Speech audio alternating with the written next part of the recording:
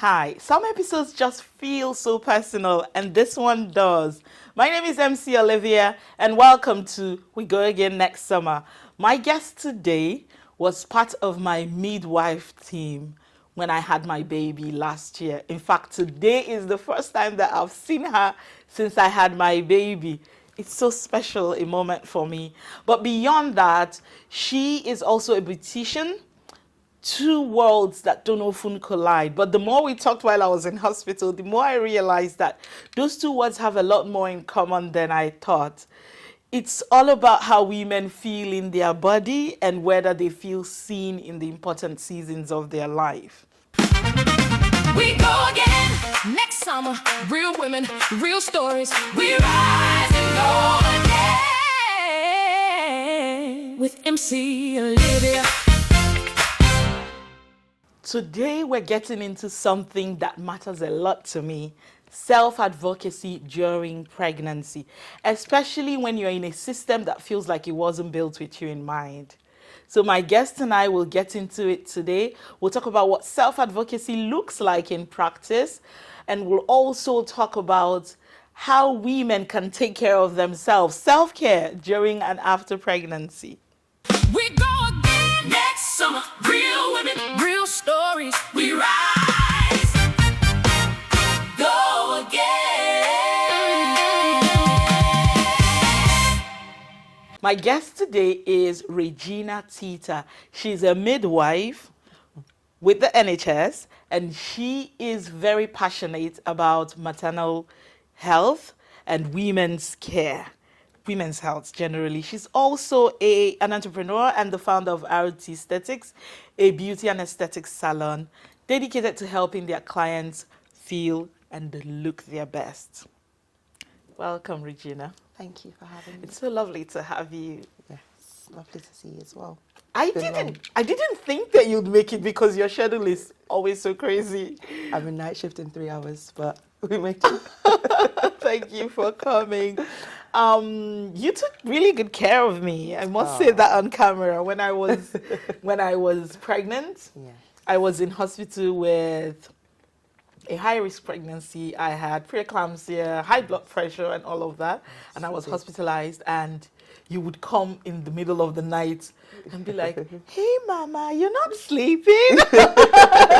Yes, she was always on your phone.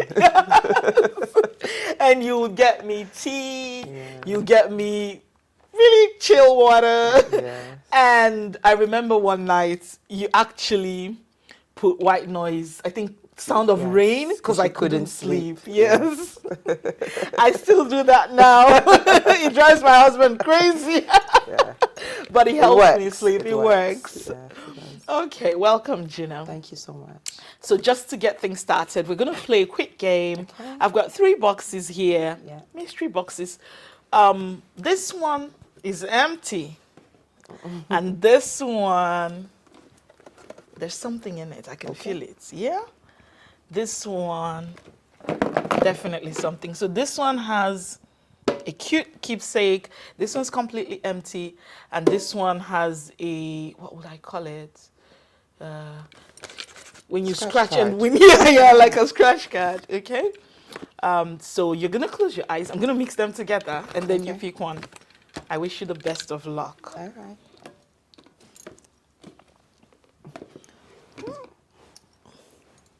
Magic. Let's go. Even I don't remember where what is. You may open your eyes, No please. problem. Do I get to just go Yes, ahead and please. pick? Go on. Okay. Okay. Ah, there's something in it.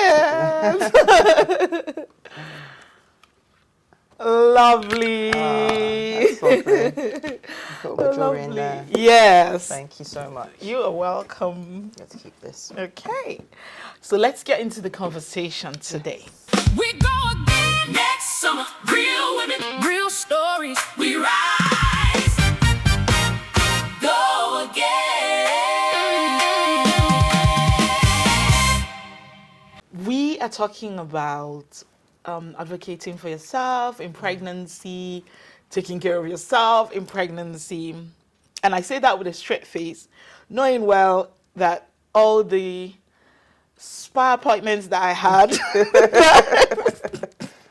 let me tell you, I kept fixing appointment, and I kept not showing up for any of them because I would fix an appointment and I would be in hospital. Yes, you are. Even Because for your of- baby shower. Even for my baby shower, yes! I remember. So, my baby shower was supposed to be on a Sunday, and my boy decided to come the Friday before, just 2 days before. You remember that? I remember that very well, yeah. So we know when we're having this conversation, we know that it's not like ideal. Self-care is not something that you say to a pregnant woman, oh, you should do better. We know it can be difficult. It has its challenges, you know. But in your experience, what does it look like? What does, I know that you're a midwife, you're in beauty. Do those two words ever collide? Very rarely. Okay. However, I would always, I would say self-care is easier if it's part of your lifestyle before pregnancy. Okay. Trying to develop that,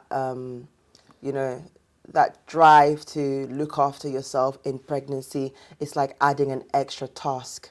As well as going through your pregnancy, having to learn how to self-care can be very challenging and difficult. We would actually always encourage women to start looking after themselves before they even get pregnant. Okay. It makes it so much easier, for you to continue to withhold that during your pregnancy journey because, pregnancy is something that's very underrated in today's society.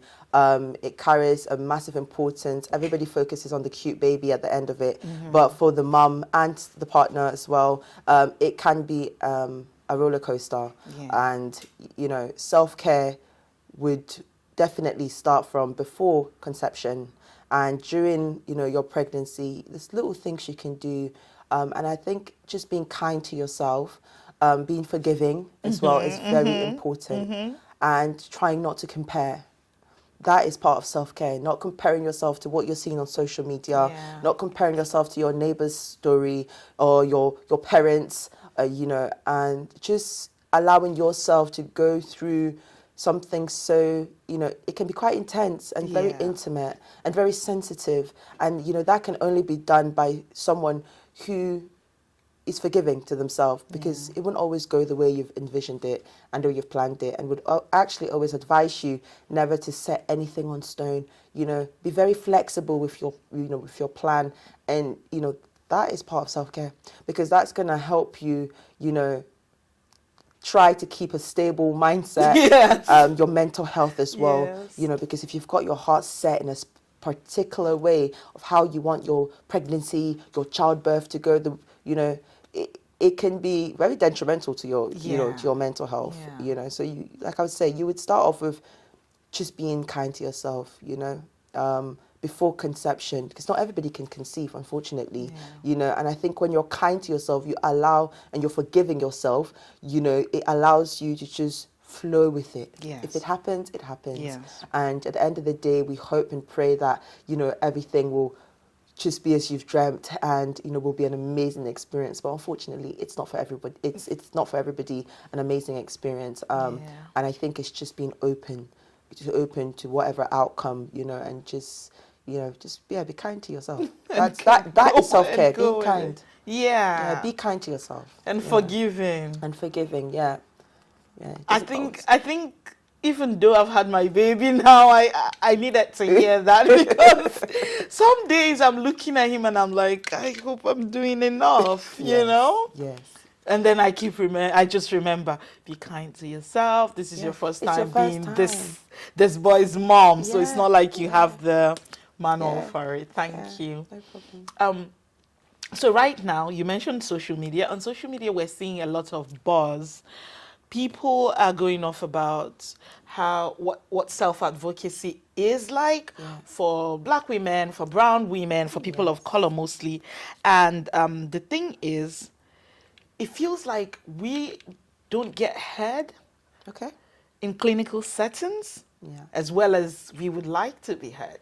So from where you stand as a midwife, what does this look like? What does advocating for yourself actually look like, especially in settings that can feel intimidating, because not everyone is able to be so expressive, not everyone's able to ask for what they want. What does it look like?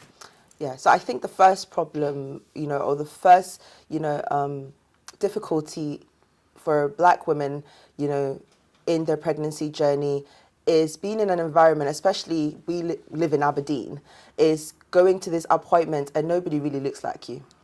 You're a minority in the system. Yeah. And I think that already puts a boundary. It puts, a wall for a lot of women, a lot of African, Caribbean, and ethnic minority, going through something so intimate, so sensitive, and walking into a building and not really seeing people who look like you, from the doctors to the staff to the midwives. It is very difficult and challenging, and for some people it's as bad as even having a language barrier, and not understanding the accent, not being able to understand the jargons in medical, and that is difficult. This is not the first time that this topic has obviously been discussed, from both the media and even at the hospital in which I work in. Yes. We try our best. We do try our best. And I think, it's unfortunate that, a lot of Black, women don't feel that they've been heard. I personally, I haven't seen it firsthand, but I do know that they feel that way. They've disclosed it to myself, they've disclosed it to my colleagues. They don't feel heard. They don't feel included. And it's a shame. It's really, it's really disheartening, because I want to believe that myself and all my colleagues, we do try our best to make this journey very special, for women. I know some really amazing staff, at my workplace, and I know that they're driven by, a woman having a safe pregnancy, safe childbirth, and having the best experience, because I know women remember these moments for the rest of their lives. You literally remember that I gave you a cup of tea. Yes, I remember. I was just doing my job.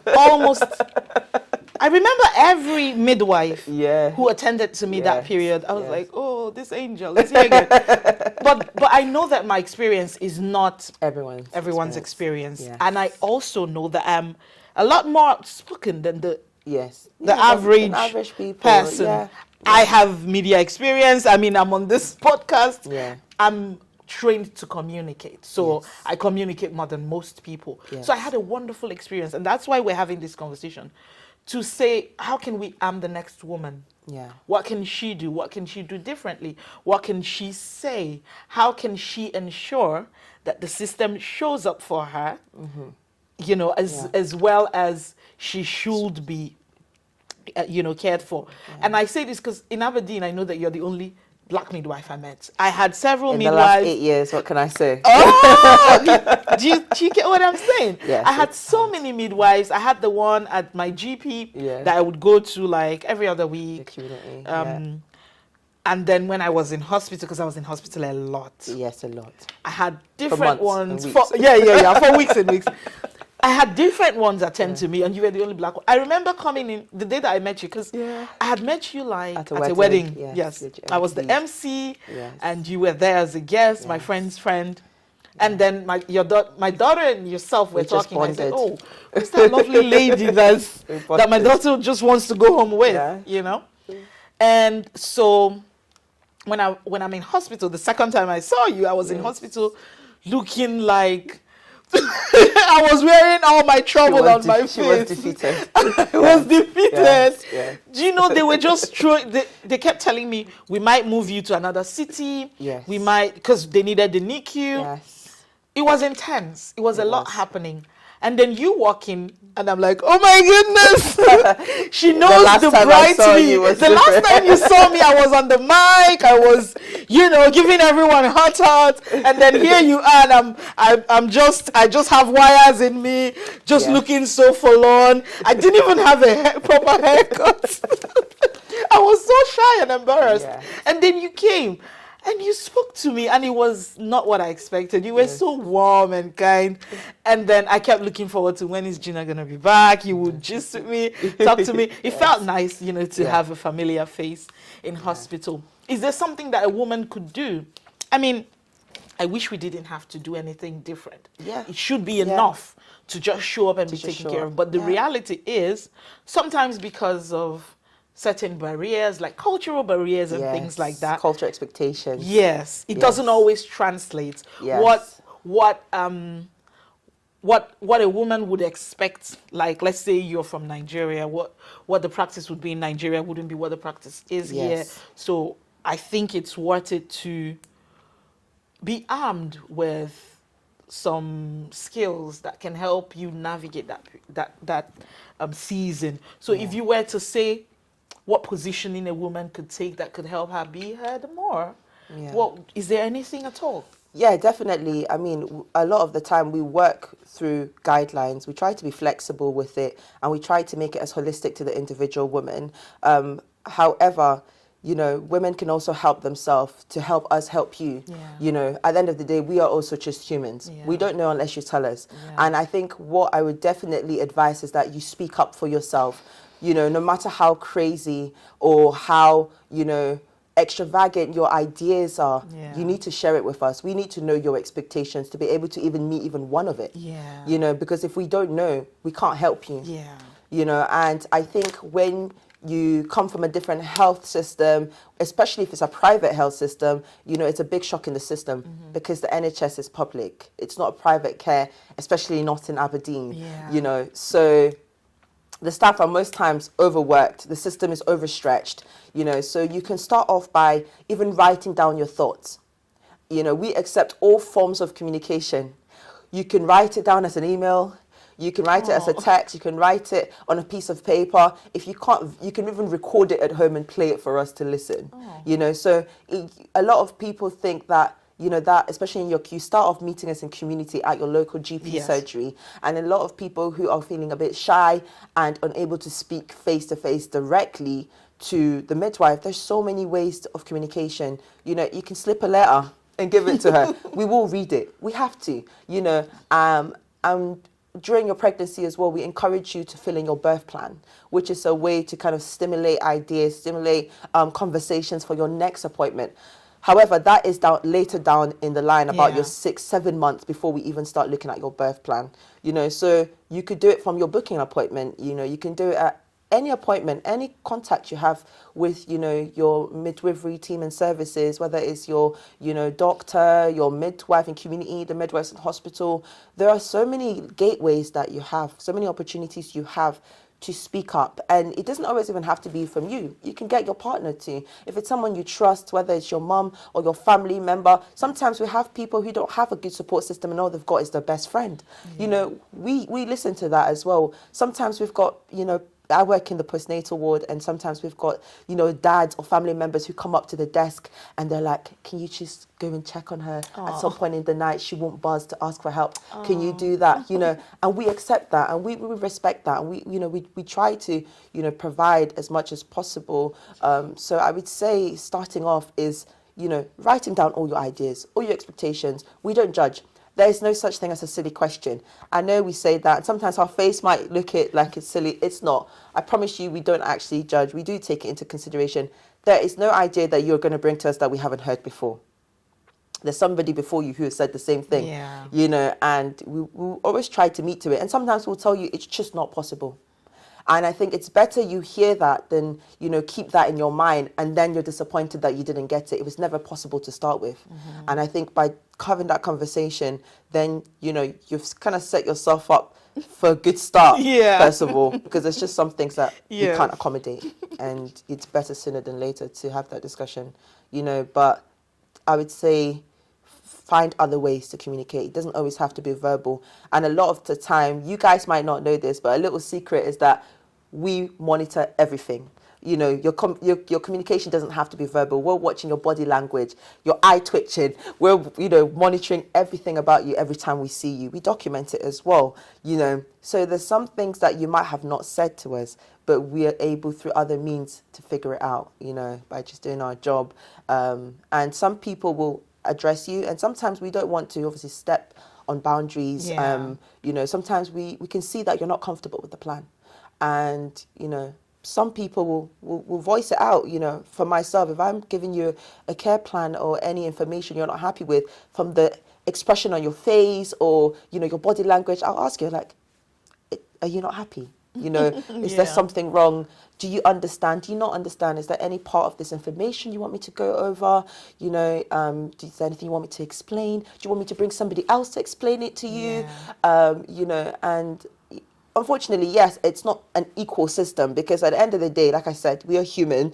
It depends what mood we Yeah. woke up in that day.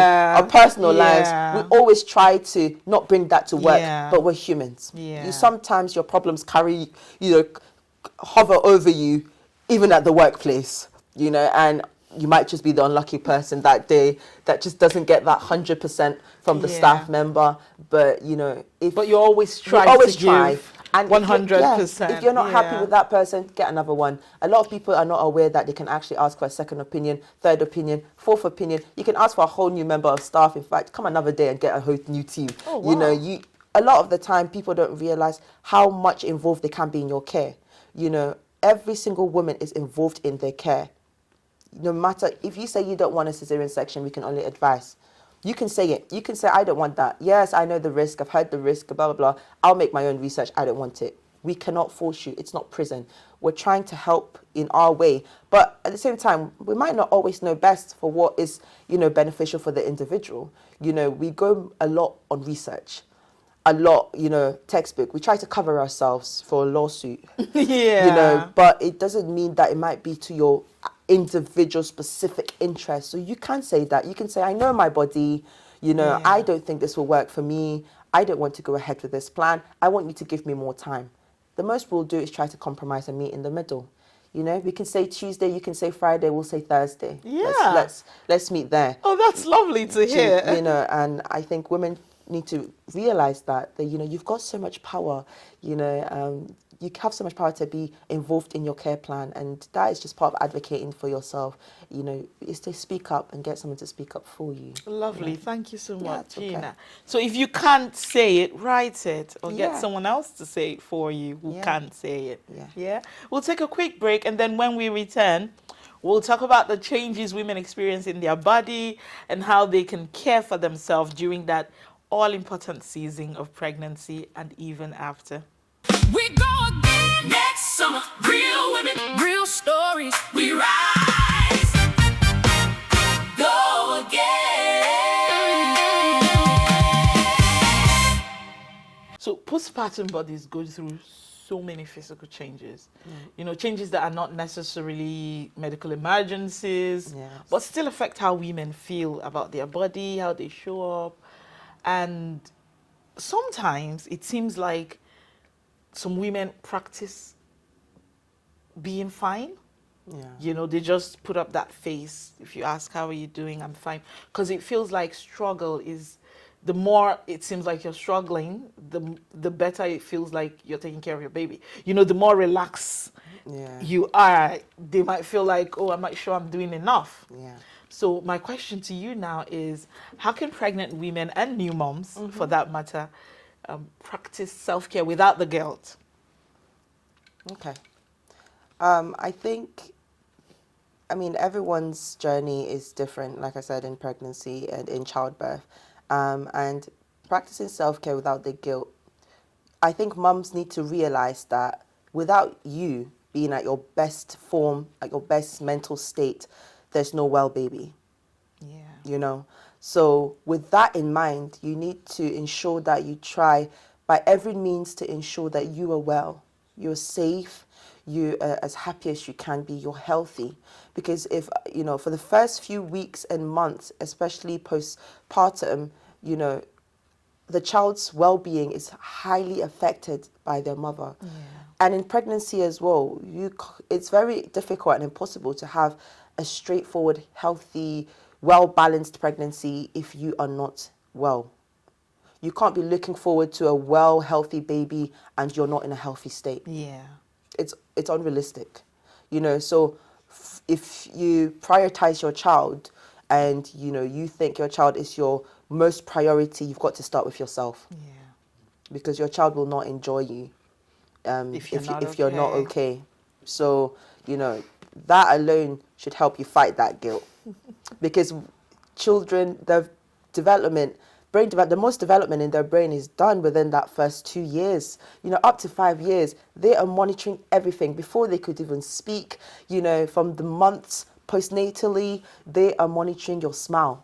They are Right. monitoring your face. Your child Right. knows you. From the moment they're born, they know you from your smell, Right. your heartbeat. Right. And that's why most times babies calm down with their mother, because they have been inside you for 9 months. They have heard your stomach rumbling. They've heard, your chest burn, heartburn. They've heard your heart beating for months. So, they are used to that environment. When they come out, they observe you. They observe the household. So it's very important, that you're doing everything in your power to ensure that you've got that balance. In order to have a healthy baby, you've got to look after yourself. So Thank you. I mean, babies don't care what you look like. they don't. But They love you regardless. Yes, but you care. Yes. Because the thing I find with myself especially is sometimes if I don't feel so good, I don't wait to feel good to look good. Yeah. Sometimes I find that, I feel so crazy. I get a haircut. Yeah. I get a haircut or have a shower, Yeah. put on some makeup or something, or put on music and dance. Yeah. I find that most times the self-care triggers the feeling good, the acting it. Yeah. I act it and then I start to feel it. Because if I wait, especially when I just had my baby, if I wait to feel good, it wasn't always coming. So I spoke to my midwife at the community GP. Yeah. And I said to her, this was like day 5, I think. Yeah. I said to her, I feel so sad. I don't know if it's the baby blues. I feel so down. And then she's like, because she knows me to be a chatty person. She was like, what a shame. I don't want that for you because I know that you're a vibrant person. Yes. But then she also said it takes a few days for the hormone to crash. balance. Yes. That she said when I gave birth that I experienced a hormone crash, Yes. as all women do. And it takes a few days for that to settle. So in those first, I think she said 10 days or 8 days, I don't remember, that I would feel sad a bit and that it's okay. Yeah. But after then, if I continue to feel that way, to let her know. Yes. Because we'll then begin to think about postpartum depression. Yes, postnatal depression and all of that. And she knows me to be someone that's always happy. So if I continue to feel this way, to let her know. Yeah, I can say. And thankfully, just from hearing that, I started to feel a bit better because I wasn't scared. Because I was scared of postnatal depression. I've heard about it. I know a few people who have experienced it. Yeah. I know it's not fun at all. It's something that I was really, really scared of, especially because I didn't know what the signs are. Yes. So I didn't know what to look out for. So at the first sign of sadness, I just ran to my midwife. And she said, give it a few days. If you still feel this way, let me know. And then when she came for my next appointment, she was like, how are you feeling, Mama? I said, feeling bonita. I mean, I wasn't all the way up there, but I wasn't feeling as rubbish as I was. Yeah. And I was breastfeeding as well. Yes. And my milk had come in. Yes. So I was feeling so good because my milk didn't come in for the first 2 days. Yes. And I thought maybe something was wrong. Which is normal. Yeah. Very normal. I pumped for like 30 minutes and got nothing. I was so sad. Very normal. And the first 5 days, up to 5 days, we encourage you to hand express because it's very normal for you not to see much because you've got colostrum, which is that yellowy fluid that comes out your breast in the first, some women experience it towards the end of their pregnancy and, for the first 5 days after they've had their baby. It's about a meal, 2 meals. It's not much. We don't expect it to be much, but it's so nutritious. It's so filled with everything good and great for your baby. So we're not worried. We're not concerned. But you did the right thing by asking for breastfeeding support, asking for help, and just getting that reassurance. I think just hearing that, this is normal. Yeah. This is normal, and it's okay, and it brightens up the mood. Yeah.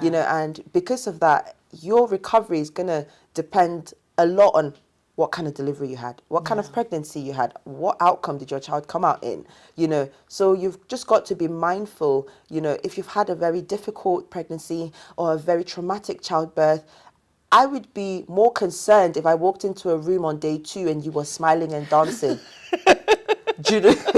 I would be very concerned, you know, and also that your pregnancy hormones are needing to balance. Yeah. After you've had your baby, it can take a few days for your body to realize that, oh, the baby's out now. I don't need all these excess hormones. Yeah. And then now it's got to go back to normality. And what happens is that your pregnancy hormones and your normal hormones, you know, meet at a square point where they attack each other almost. And you can feel this sudden overwhelmness of sadness. Yeah. And we try to educate our women during pregnancy and also the partners, because they've got to deal with this mom Yeah. when she's feeling like this, to let them know that at some point within the first 5 days she is going to change to an extent. She might be very emotional, and it could be something as little as triggering as she can't find her pads. Yes. Now she's crying and Yes. screaming, and Yeah. you know, she didn't, you know, she can't find her phone or her charger, and she bursts into tears. Honestly, it's the tiniest trigger Yeah. during those days, and it's just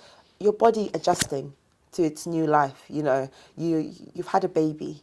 Like I said, you've got to be forgiving to yourself. You've got to be understanding to your own self. You know, we've normalized childbirth to the extent that everyone thinks most people think it's a walk in the park. It's just normal.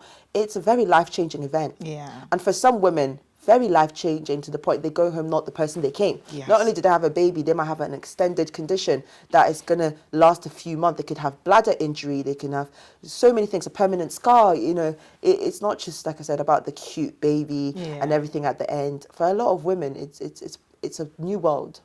And you've got to adjust in that new world. And you can't expect to be great at it. It's like a first day at any new job. You know, no matter having years of experience in the other businesses or firms, when you walk into that new building, you've got to adjust to the location, the new role, the new manager, you know, and that's like childbirth and you know your pregnancy. You've got to be understanding to that, you know. So it is really normal. Your milk doesn't come into about day 5, and some women even later. If you've had a cesarean section, because of the trauma response to your body, automatically your milk supply for a lot of people is delayed. Yes. That was my It's experience. delayed. It's delayed. So, you know, it will come eventually. It will come eventually. And, you know, that will, obviously, if that's something that really means a lot to you, you know, it will brighten your mood when you feel like you're doing something, you're doing the natural things that your body should be doing, you know. But yeah, it's just having a flexible space to go through all that. When you mentioned the first 5 days being intense, One of the most difficult 5 days. Yeah. So they sent me home on day 3 with my baby. Yeah. And at this time, he was about 2 kg or 2.2 kg. Yes. Very tiny boy. And I remember thinking to myself, do you guys trust me to keep this baby alive? You know, because he was so tiny. And I kept asking my husband, can you have them keep us for longer? Because I don't think I can keep this baby alive. What happens if anything goes wrong? And he said to me, if they're letting you go home, it means that they trust you can do this. Do you know you did the most difficult part by keeping that baby safe for that 9 months? You've already done it. You know, from when they were pea size to when they grew nails and skin and hair, and your body was doing that. You were naturally built to keep that baby safe, you know, and that's why we believe and trust that you will continue. Yes. The journey doesn't end there, but you've already had that experience. You've already been doing it. Oh my goodness, I was You've terrified. been doing it, you know. I was so terrified. I got home, I remember my midwife said, oh, try to go outside for some air. I said, really? Go outside? Because the outside world seems so scary to me. Yeah, that drive home is one of the longest, whether you live 4 minutes, 5 minutes from the hospital, or some people living in Elgin or Huntley or Inverness. No matter how far away you live, it's the longest drive home. I felt, do you know how, I felt so vulnerable and naked. Like, I don't know how to describe it. Yes, yeah. And then I got home, and I think 2 days later, about day 4 or 5. Yeah, definitely. My husband says, let's go for a walk finally. Yes. Just 2 to 5 minutes outside, and then we come in, because my midwife had said it would help me. Yes, it does. Because she's like, you've been cooked up inside. Yeah. Just go out, just step outside for a few minutes and come back inside. I said, okay, I can do this. I was freaking out inside, but I was being brave outside. Yeah. And then I said to my husband, okay, let's go. And then we stepped out. He's holding the baby. Yeah. And because I had the CS scar, Yes. right? So I'm walking like really slowly, holding Yeah. this. And then he walks in front of me. Just, he locks the door. I come down. He walks ahead of me. And I start crying. And he's like, what's wrong? And I'm like, you abandoned me. He's like, I'm literally just here. And I'm like, no, you should hold my hand. Because the world is so scary. Like, I can't imagine the person I was at that time looking back.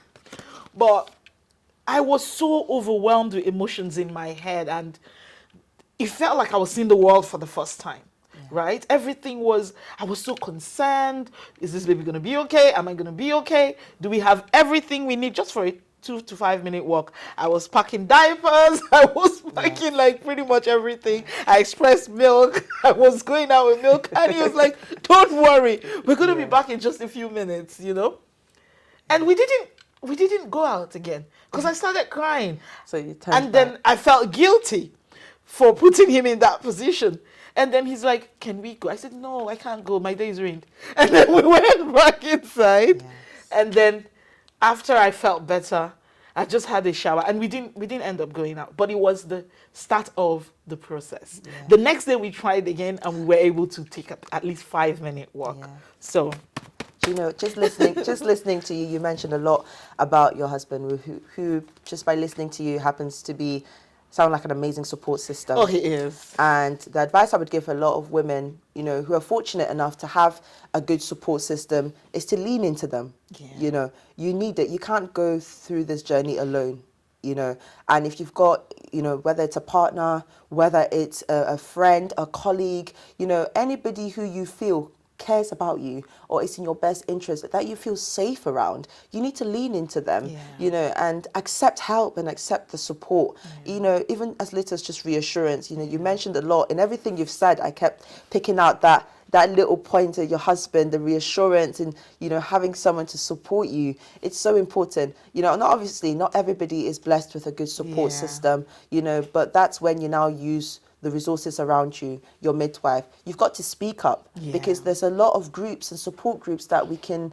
refer you to, that you could find women like yourself who also might not have a support system, and you guys can find support in each other. There's a lot of mum and baby units, there's a lot of, charity functions, events, free of charge, mum and baby groups that you can go to, with your toddler. There's a lot of, in Aberdeen, a lot of walking clubs where you can go with your pram, a lot of running clubs. They don't run, they just push the pram or carry the baby. But there's basically a lot of swimming groups, and a lot of it, there's a lot of, sponsorship in these things, So if you're worried about the cost and you can't, financially, afford it, you can seek out, and that's when you advocate for yourself. That's when you speak up for yourself, because if we know, early on, we can put you in that right path, referring you, giving you the contact details, the website, the phone numbers, to get in contact with. A lot of people think asking for help is accepting you failed. It's not.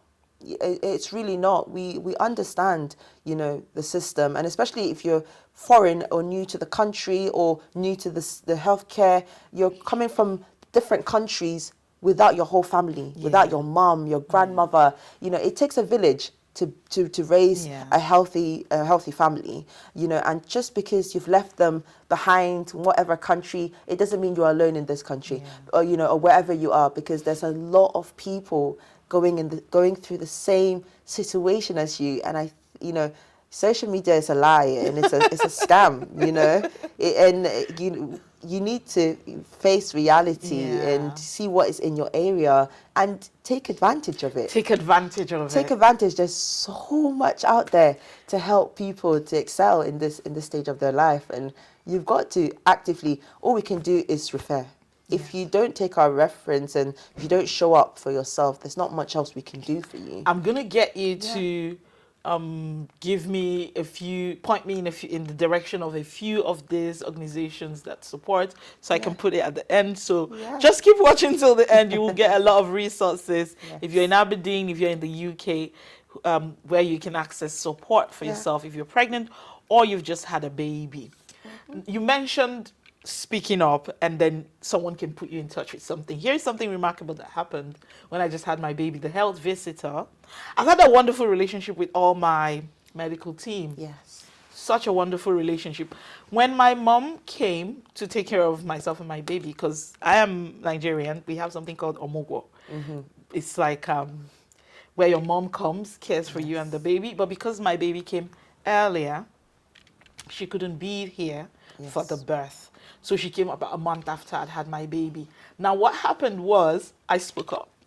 I said to my health visitor, my mom isn't here. In my tradition, she should be here. She should be cooking me soups. She should be, pampering me, giving me hot baths and things like that. I don't know what to do. Is there a system? Is there someone who can help? And she did try to get me in touch with a new group that helps moms. It didn't work out. And then she said, how about this? I've got another Nigerian family. I've got another Nigerian family I care for. Okay? Do you mind if I put you in touch with that family because her mom is around? And then I'm like, that's amazing. That's amazing. And then she said, is it okay if I give your number to her? And then I was like, yeah. And then she gave her number to me. And then the mom calls and is like, oh, wow, I'm speaking Igbo. It was someone from my place. Yeah. So she tried to put me in touch with people who... similar interests to yourself. Yes, people who had similar interests to myself, just so that I don't feel lonely in that period. And I remember a friend's grandma came to my house and made ofen salah for me. In fact, when I was in hospital, do you know the day I had my surgery? Yes.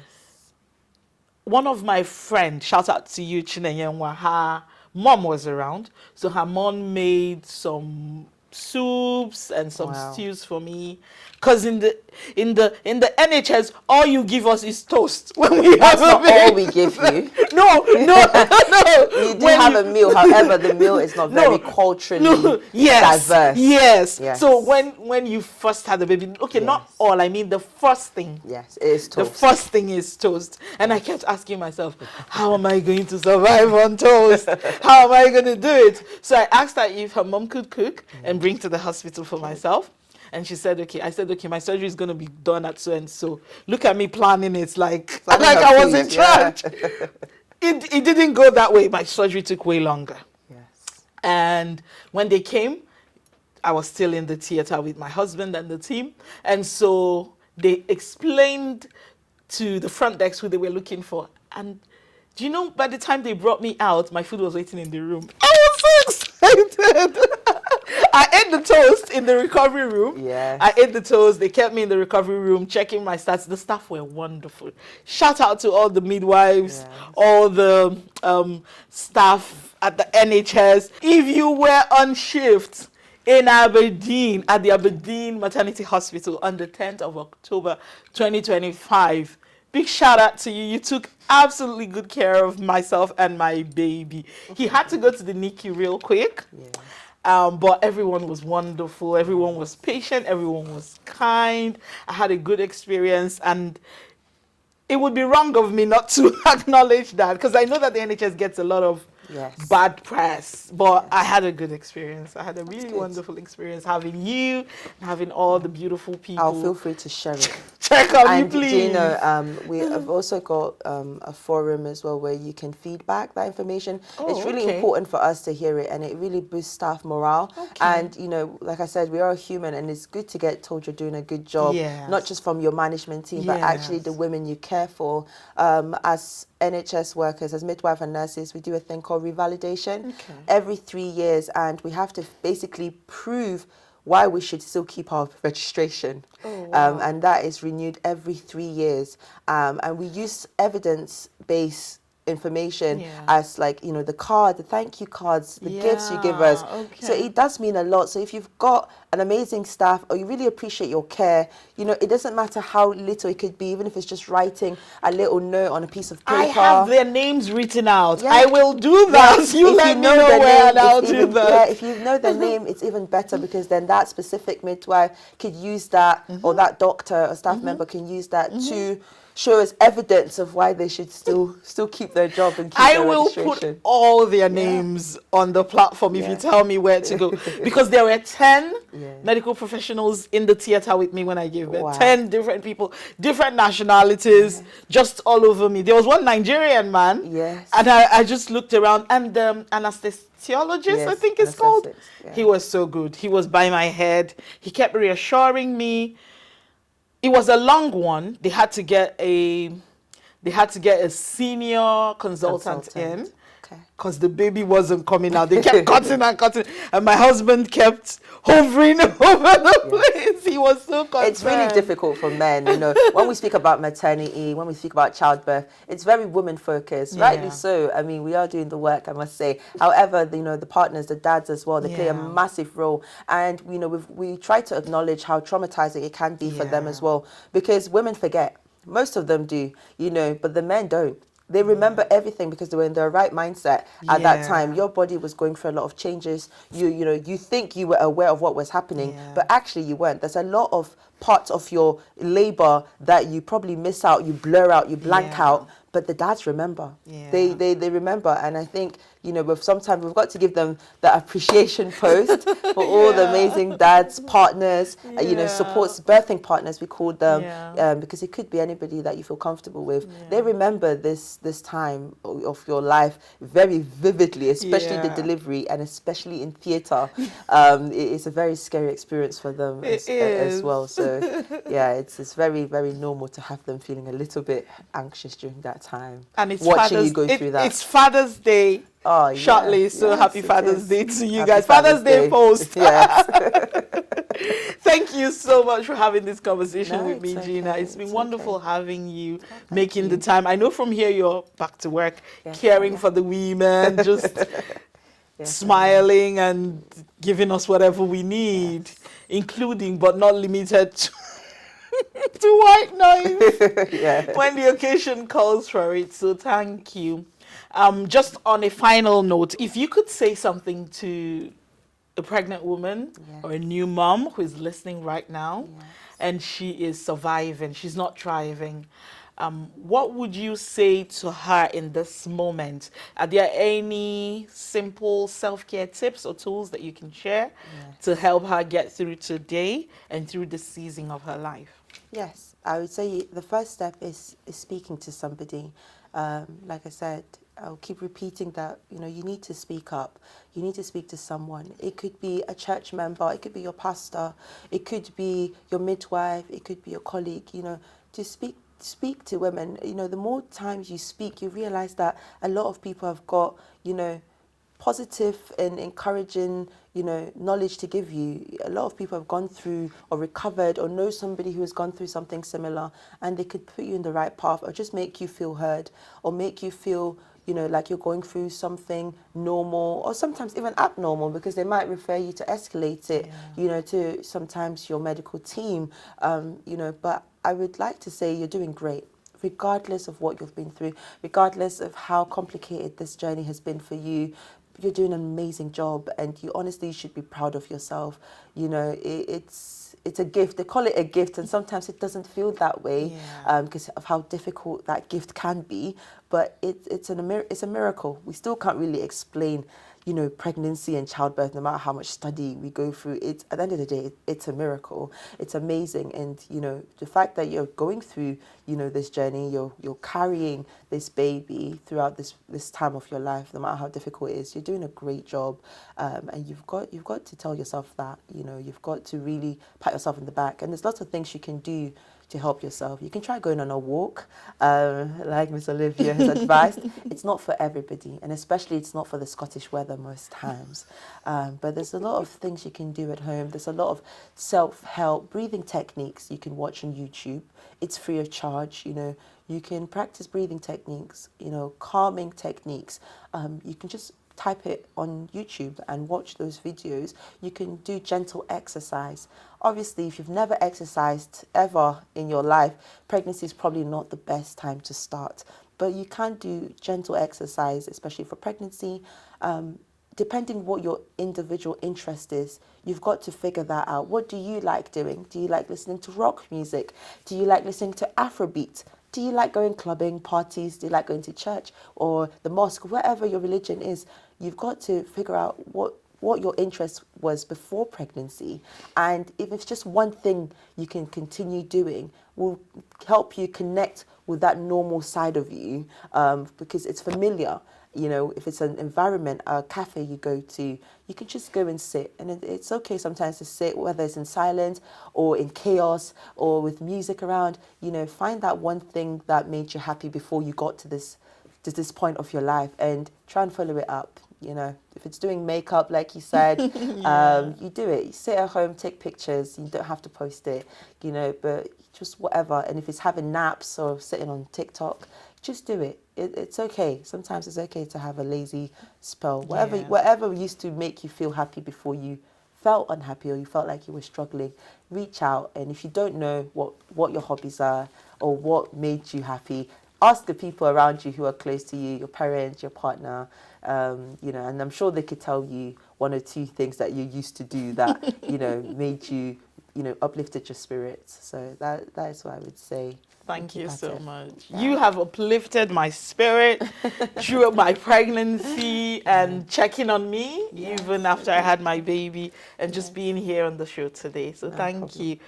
From all of us here at We Go Again Next Summer set, we have a little thing just to give you, just to say thank you and well done for what you do for all the women. That's okay. Thank you. You're welcome. Here you go. Thank you so much. Well, I'll definitely be using this for my revalidation next year. Thank you so much. I'll even attach the link to the RCM. The NMC must see this. Thank you so much. Thank you. You took amazing care of me. You're a wonderful midwife. Before I let you go, I'm just going to sit with you for a second. So if you're pregnant at this time, or you've recently had a baby, or you're somewhere in between, you know that period, that season where you feel like you're not quite yourself yet, then this episode was for you. I want you to know that I see you, Mama, and you are allowed to take up space in those appointments. When you go to visit your doctor, any part of your care team, speak up. If you can't do it, get someone to do it for you. Okay? You can ask as many questions as you want. Nothing is too silly. And remember, rest is not laziness. You don't have to earn your own care. And if you're struggling, it's okay. You can always say, I'm not fine, and that only means that you're human. I'm so grateful to have had my guest, Gina, with me today. She has brought her honesty, her warmth, and her many years of experience as a midwife with the NHS to this conversation. I hope you got something. If this means something to you, please give it a thumbs up. Let's know that we're doing something right. What did you call it? Appraisal. Yes, an appraisal. Yeah, let's know we're doing something good. Of course, share it to that woman who you know who's pregnant. Share it to the women in your WhatsApp group chat who are momming so hard in this season right now. And of course, subscribe to the channel because we've got lots of amazing content coming your way this season. And if you haven't yet, my books are still available on Amazon. This is We Could Have Been Sisters. If you're looking for a way to relax, it's a good read. It's fiction, and I wrote this in my postpartum season. Yes. And this is The Making of the Holistic Woman. It's a lifestyle guide for the modern woman to achieve physical, mental, and spiritual well-being. These books are written with you in mind, Mama. So you can get them on Amazon. I'll put the link in the description. Of course, if you've been admiring my fit today, shout out to Makamba. My wardrobe is from Makamba. Makamba means big woman. Thank you so much for hanging out with us today. I'll see you next time. My name is MC Olivia, and this is We Go Again Next Summer. See you. We go again next summer. Real women, real stories. We rise and go again with MC Olivia.